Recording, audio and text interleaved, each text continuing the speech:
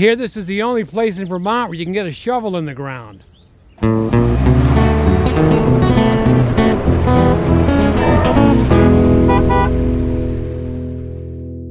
Welcome to another edition of Travels with Charlie, Vermont Politics in Real Life. I'm here with my guest today, Jeff Davis, developer, and Senator Chris Pearson from Chittenden County. We're talking about Act 250.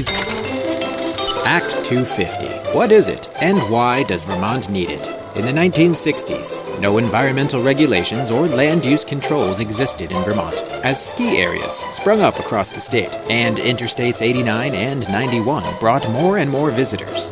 State officials drew up a plan to manage the consequences of land development. In 1970, the plan became law, and Act 250 was passed, assuring that Vermont's unique landscape, economy, and community were always considered when larger developments were proposed. The governor's asked that Act 250 be, modernized a little bit. Doesn't look like it's going to happen in this legislative session. Representative Amy Sheldon on the House committee says if we have to wait another year, we can wait another year. Jeff, can we wait another year? What needs to be done with Act 250?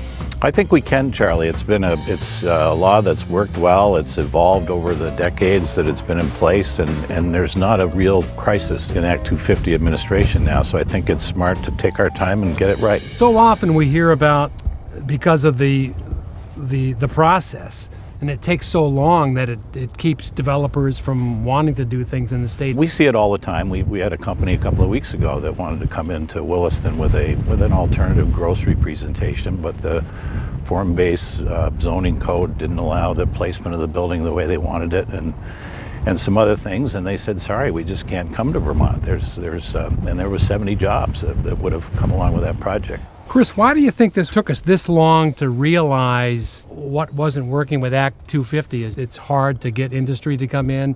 We've got young people that are moving out. Well, that's a lot to lay at the feet of Act 250. I mean, rural states across the country are struggling with a lot of the same elements. None of them have Act 250, and only about a quarter of all the developments in the state actually go through Act 250. So I want to be cautious that we're now blaming all the challenges we're having on our land development laws. But, look at this gorgeous view we have. I mean, this is a very, very special state that we live in. And you want development, you want to stimulate the economy, and you want to keep the special land of Vermont special. It's a balance. You spent more than 7 years, as you mentioned, to bring Walmart to St. Albans. Why didn't you give up? Well, I think I felt that the need was great, and the outreach from the community was encouraging. There was a reach out from the St. Albans folks. They recognized that their residents were going to Williston to shop for basic goods, or Plattsburgh for basic goods, and I mean basic goods like underwear and socks. I remember that story. Everyone was talking about you couldn't buy underwear or socks in St. Albans. Yeah, so there was a lot of reach out from the community to us. Chris, what sort of changes would you like to see? It's helpful to remember that Act 250 came to life when we didn't have a lot of local zoning at all. So part of the point is to have local voices at the table dictating what we want our communities to look like. When municipalities and others take that on for themselves in the local process, there is a role, I think, to get Act 250 out of the way. And I think the modernization of some of the environmental factors where things have changed, sewer systems are different, water supplies are different, so there's a lot of things that I think can be modernized. We think of Act 250 as protecting, natural ecosystems or watching out for floodplains and things like that, but that's not a trigger right now. You could have, if you have a small development in the middle of a floodplain, Act 250 is nowhere to be found. Yeah. So that doesn't make a lot of sense. We're seeing about 9 inches more rain every year in Vermont. Those are some of the trade-offs that we've been discussing. We'll see where the legislature lands, and we're going to have a lot of input from all sorts of people before we go there.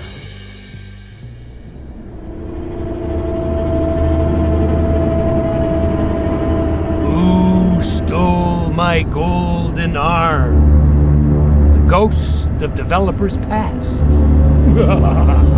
Usually works a little bit better if it's dark in here, but anyway, I'm with my camping buddies here, Chris Pearson, Senator from Chittenden County, Jeff Davis. Wake up. Good morning. Everyone's got a smartphone with them today. Imagine how easy it would be. Get the phone out, click, boom, you know you got approval. Wouldn't that be sweet? I don't think it's going to be that easy though, is it? It's a little more complicated. A little more ordering complicated a pizza, than that. I'd say. Yeah, But yeah. you know, How do you streamline it so it's not going to take you 7-10 years to build? They used to have a process called Act 250 Club, where you would bring in a project that could be controversial or could be complicated to try to sort out issues and see what the true issues were, what studies should be done, those kinds of things. It was informal, but maybe it's something that the committee should look at going forward to make more predictability in the process. There was a time in the 80s and 90s, I think, when people would, just at the conceptual level, start talking to one another before anyone filed for any permits or any of that. And that's something we heard a lot in the year the legislature took going around the state talking to people about how should we move forward. And it just seems practical. And I think a lot of us are trying to figure out how to do that.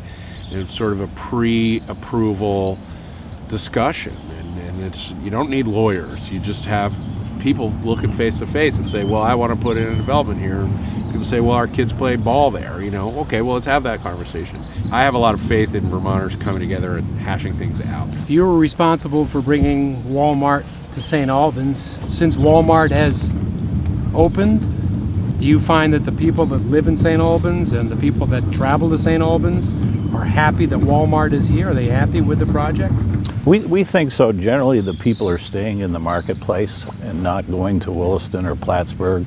So they'll do their basic shopping at Walmart and then go downtown for a specialty and dining and that kind of thing. But we partnered with the city. The project here is in the Walmart in St. Albans is in the town, but the city had concerns about the impact on their downtown. So Yeah. we had negotiations, fruitful discussions, and ended up making an investment in the city in some buildings to make sure that our interests were down there as well as out in the town of St. Albans. And these are the kinds of things, these are negotiations, right? And the whole way through, you're trying to balance the citizen's voice and developers' needs.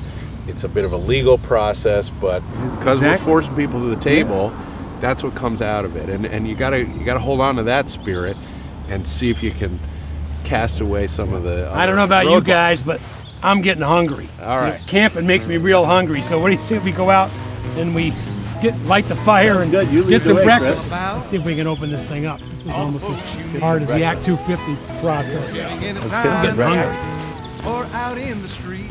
I bet you we can get some food in there. Wow. How about that? Get your point of view. I want to hear what unravels. See you in my travels. Special thanks to my guest today, developer Jeff Davis and Senator Chris Pearson from Chittenden County. We've been talking about Act 250 today. Kind of interesting. Here we are standing right outside Walmart. People are driving by and they're wondering if this is Jeff's latest development. This went up pretty fast today, Jeff. A lot quicker than that one went up, I think. No permits on this one, Charlie. Not at all, not at all. Again, thanks for coming out. Really appreciate it. My pleasure. Good Enjoyed conversation. spending time with you and Chris this morning. Great to have you both here with us. And let's go get some grub. I think there's a Subway in the Walmart. What do you say? Sounds good. Sounds Let's go. great. Awesome. Great. I want to get your read. Legalizing weed. Have a fair debate. And keep it local or state. I'm no judge.